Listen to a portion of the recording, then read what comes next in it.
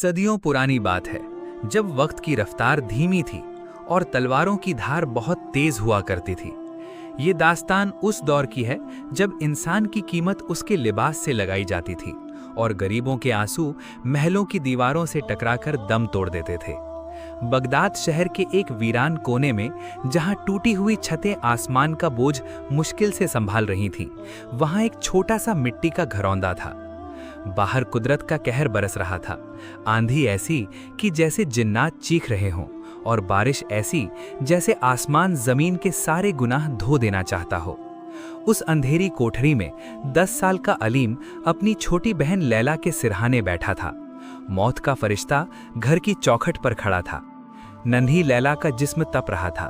उसकी सांसें सूखी पत्ती की तरह खड़खड़ा रही थीं। वो बार बार अपनी सूखी जुबान से सिर्फ एक ही लफ्ज दोहरा रही थी, भाई पानी, भाई पानी।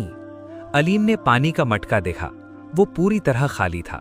घर में न दवा थी, न रोटी, न कोई उम्मीद की किरण। वो जानता था अगर आज रात हकीम की दवा न मिली तो उसकी छोटी दुनिया हमेशा के लिए उजड़ जाएगी। अलीम के सामने सिर्फ एक ही चेहरा आया, सुल्तान फारूक, शहर का वो जागीरदार जिसकी तिजोरियों में सोने की अशरफियां रेत की तरह भरी पड़ी थीं।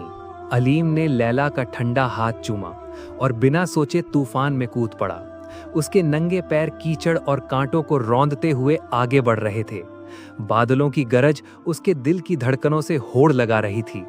वो बार बार गिरता, फिर उठता, फिर भागता। उसके जहन में सिर्फ लैला की धीमी होती सांसें गूंज रही थीं। आखिरकार वो सुल्तान फारूक की आलीशान हवेली के सामने पहुंचा। वो हवेली नहीं बल्कि गुरूर का एक पहाड़ थी। अंदर जश्न चिरागान हो रहा था, महफिल सजी थी, जाम छलक रहे थे, खुशबुओं के लपेटे बाहर तक आ रहे थे।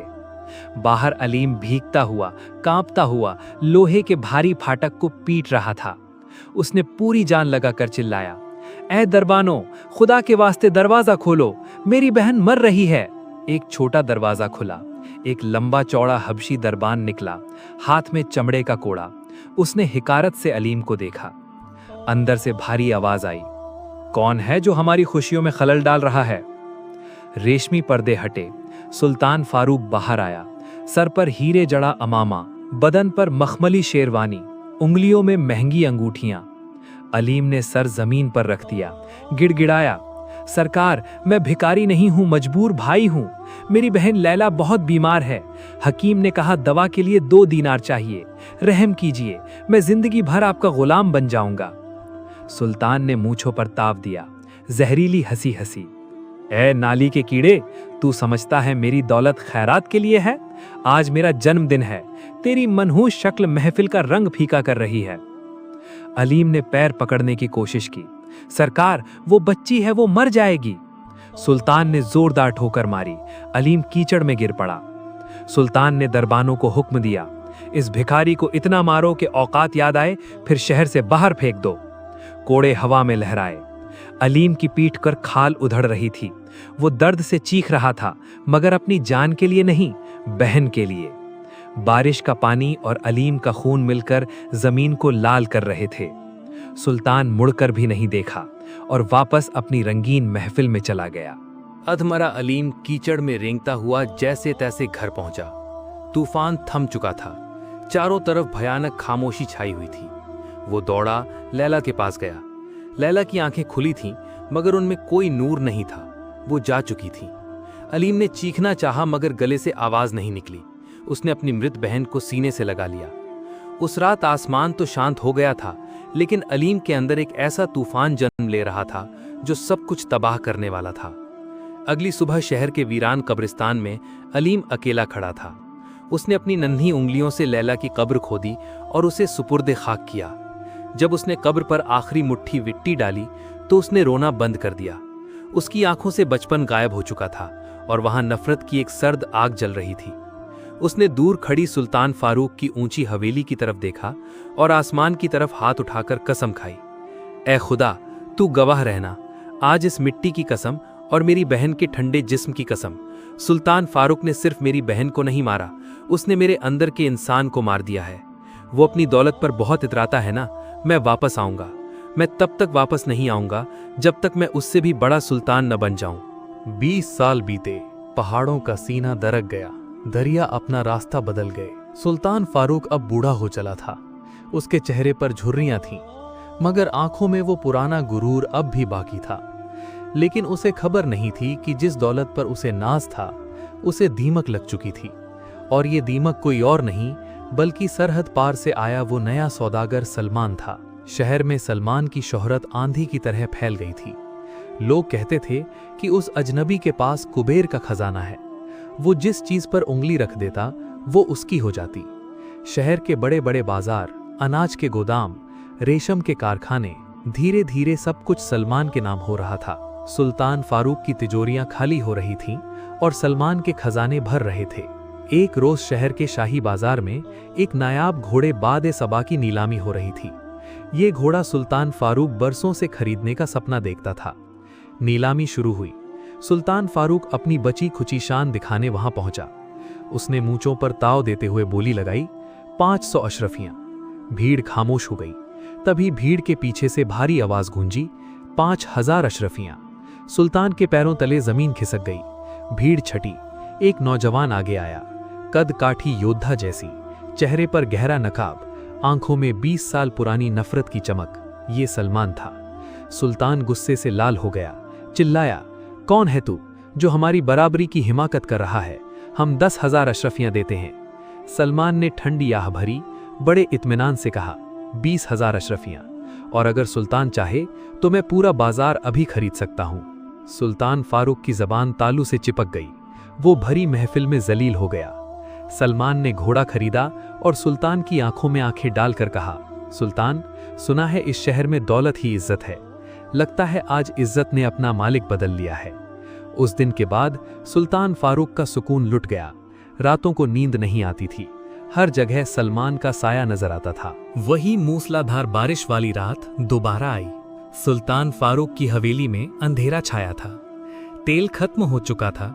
नौकर भाग चुके थे। तभी दरवाजे पर पैगाम आया। सलमान ने बुलाया था, अगर कर्ज माफ करवाना है तो मेरे महल आओ। सुल्तान पुरानी शेरवानी पहनकर कीचड़ भरे रास्तों से चल पड़ा। वही रास्ता जहां 20 साल पहले अलीम दौड़ा था। सलमान का महल जन्नत लग रहा था। सुल्तान अंदर गया, गिड़गिड़ाया, मोहलत दे दो, सब चुका दूंगा। सलमान ने जोरदार हंसी हंसी, पुराना घिसा सिक्का दिखाया, सारा कर्ज माफ, बस वो चीज लौटा दो जो मैंने 20 साल पहले खोई थी। क्या? मेरी लैला की सांसें। बड़ा दिल। सलमान ने नकाब उतारा, पहचाना, मैं वही अलीम हूं, वही कीड़ा जिसे तुमने कीचड़ में रौंदा था। बड़ा दिल। सुल्तान डर से गिर पड़ा। अलीम बोला, आज तू मेरा गुलाम है। जा उसी टूटे झोपड़े में रह जहां मैं और लैला रहते थे। बड़ा घर। सुल्तान अब उसी कोने में सिकुड़ कर लेटा था जहां लैला ने दम तोड़ा था। सर्दी, बुखार, प्यास। वो पुकारा, पानी, कोई पानी पिला दो। सलमान आया, मशाल और पानी का कटोरा लिए। सुल्तान गिड़गिड़ाया। सलमान ने कटोरा होठों पर लगाया, फिर जमीन पर गिरा दिया। याद करो वो रात, लैला भी ऐसे तड़पी थी। आज ये तेरी तकदीर है। बड़ी क्रोध। सुल्तान फूट फूट रोया, माफ कर दे अलीम, मैं हार गया। बड़ी रोना। अलीम बोला, मौत आसान सजा है, तिल तिल मरना असली इंसाफ है। और चला गया। सलमान बाहर बारिश में खड़ा था। बदला पूरा हो गया था, दुश्मन बर्बाद हो गया था, मगर दिल खाली क्यों था? सुकून क्यों नहीं मिल रहा था? तभी पास की मस्जिद से अजान गूंजी, हैया अल फला, यानी आओ भलाई की तरफ। लैला का मासूम चेहरा याद आया। भाई, तुम तो मेरे हीरो थे, तुम ये शैतान कब बन गए? सलमान का ज़मीर जाग गया। वो पलटा, पागलों की तरह झोंपड़ी की ओर दौड़ा। अंदर सुल्तान मौत की दुआ मांग रहा था। सलमान ने शॉल ओढ़ाई, ताज़ा पानी पिलाया। सुल्तान सन्न रह गया। तुम बदला लेने आए थे ना? सलमान घुटनों पर बैठा, बोला हाँ, लेकिन लैला ने सिखाया, पत्थर पर फूल फेंको। अगर मैं भी पत्थर फेंकूं तो तुमसे फर्क क्या?